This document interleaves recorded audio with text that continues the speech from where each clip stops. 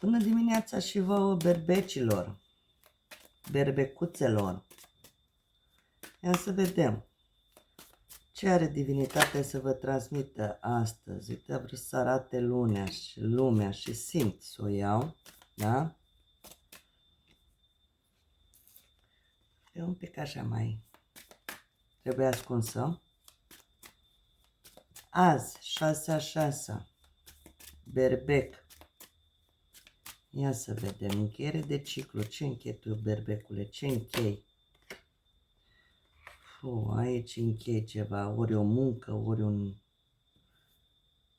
cu pajul ăsta de monede. O iei așa mai cătigăn, cum zic eu.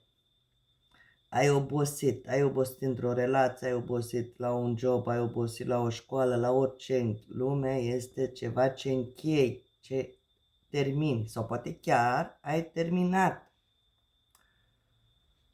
un studiu, ceva, și acum o iei încet, te odihnești, te duci încet spre ceea ce tu îți dorești. Și la baza pachetului, soarele, foarte frumos, minunat. Nu știu la ce ți-ai plănuit, ce te-ai gândit.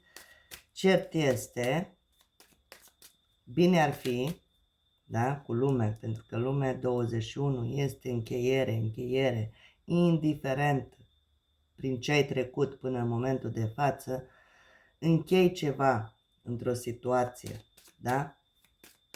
Foarte important să-ți păstrezi echilibru, bineînțeles, și să te îndrepți spre ceea ce tu îți dorești în viitor. De la Arhanghelul Mihail ai mesajul, ești protejat. Deci numai pozitivitate. Deci dacă tu ai un plan pozitiv și ai decis de azi să te axezi pe tine, da? Și să le iei toate lucrurile încet, Dumnezeu, divinitatea, îngerașii și Arhanghelul Mihail vrea să-ți transmită că ești protejat. Ești în siguranță în bula mea de lumină. Poți continua cu încredere. Poți să continui chiar dacă e mai lent, că ăsta e așa ca și ardeleanul. Pajul de monede e ca ardeleanul. Mai încet, dar sigur. Da?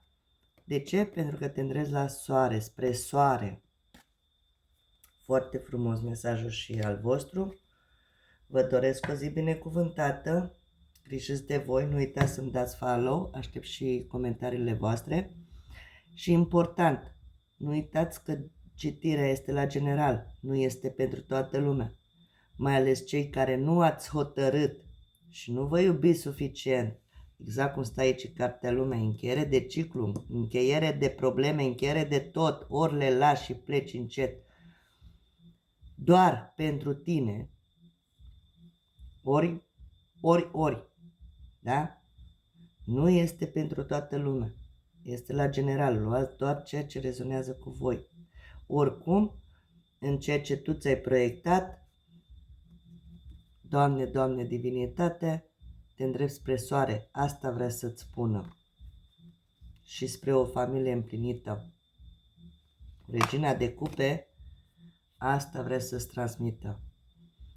O zi binecuvântată, vă pup și aștept comentariile voastre și să-mi dați urmărire.